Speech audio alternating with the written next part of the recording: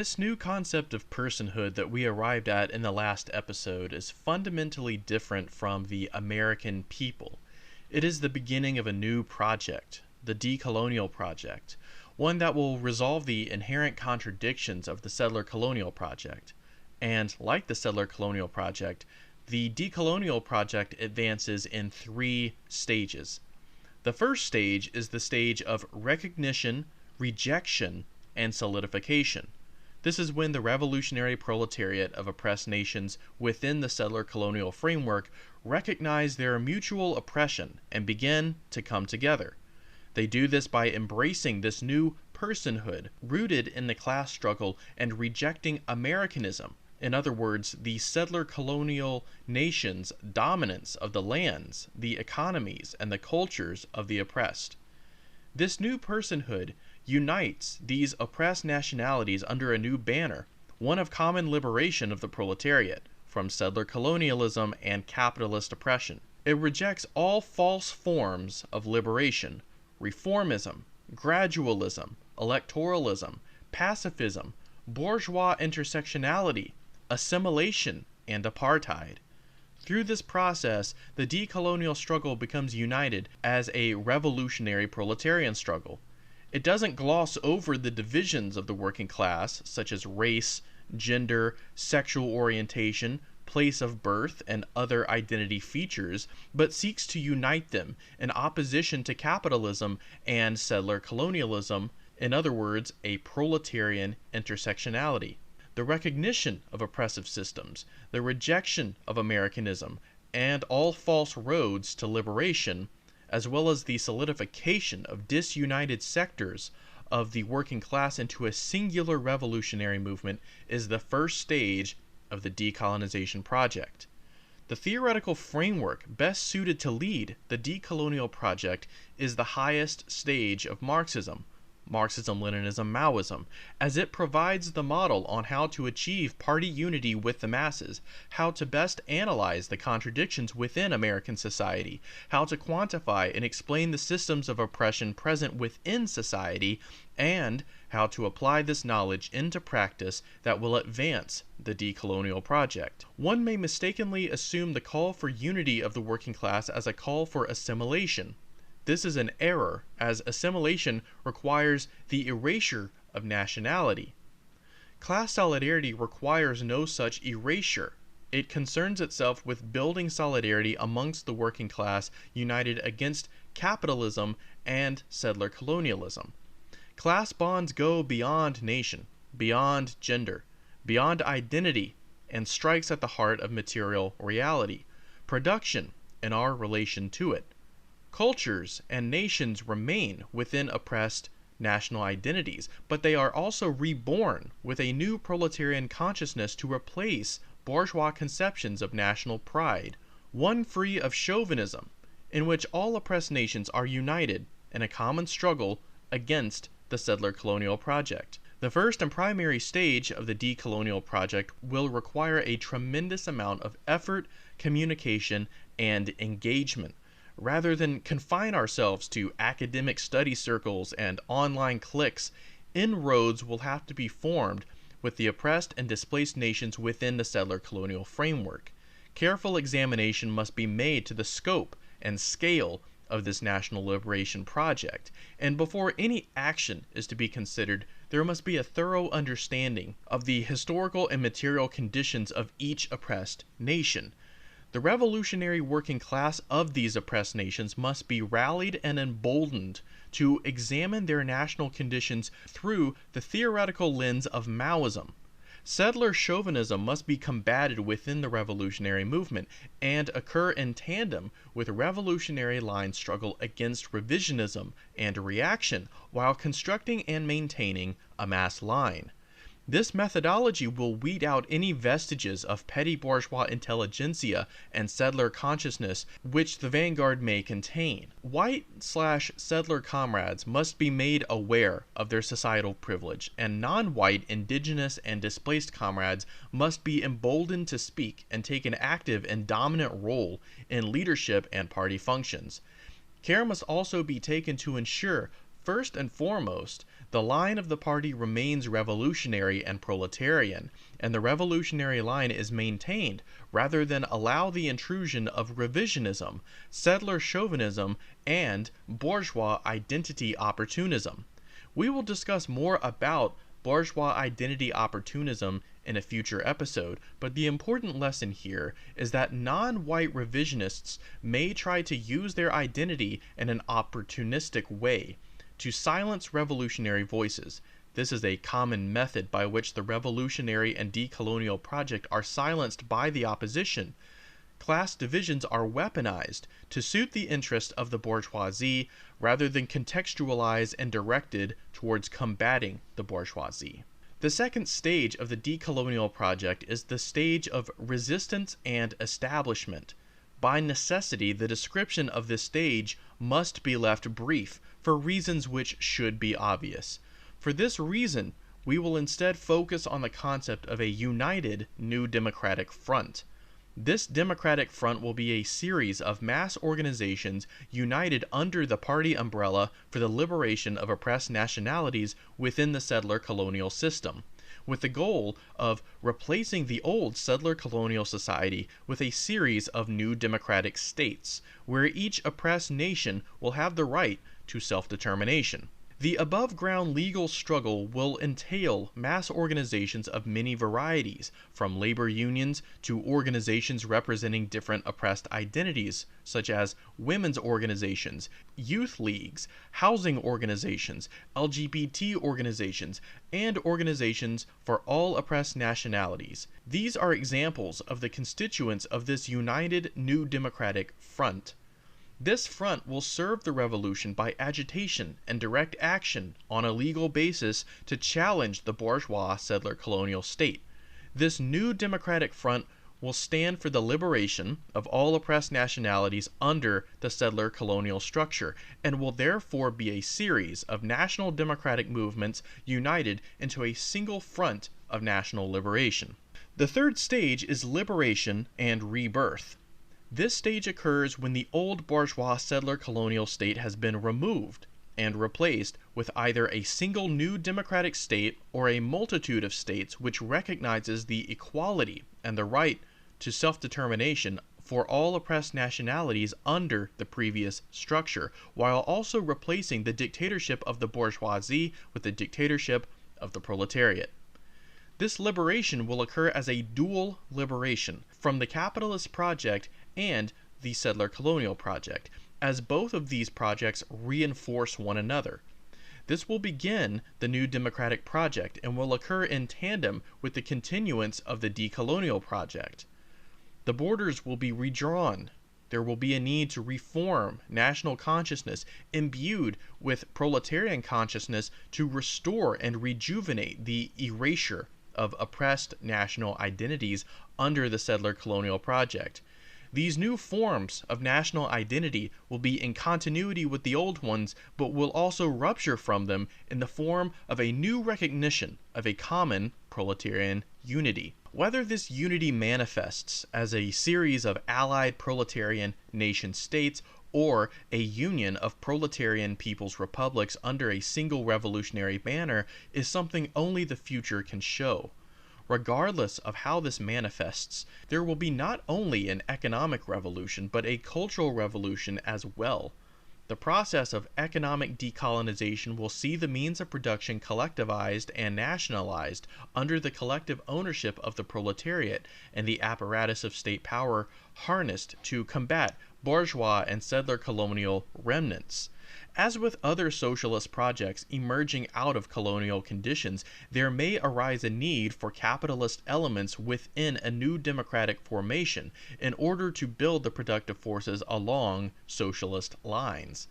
The Cultural Revolution will encourage the revolutionary masses of the working class of these emergent states to resume the fight against bourgeois and settler colonial remnants and hold the vanguard party to task in maintaining the decolonial and socialist/new democratic projects by combating capitalist roaders as they emerge, preventing the establishment of a bourgeois headquarters. It will see a recognition of national equality, a brotherhood of nations united in the decolonial and socialist/new democratic projects.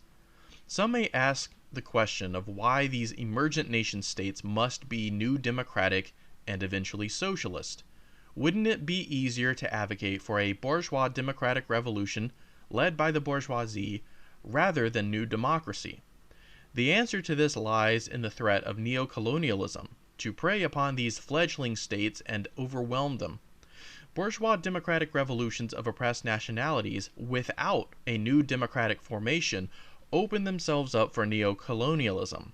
They are independent in name only, but are entirely dependent on the neoliberal system to sustain themselves. The working masses of these emergent states are not liberated and remain under the domination of the international bourgeoisie.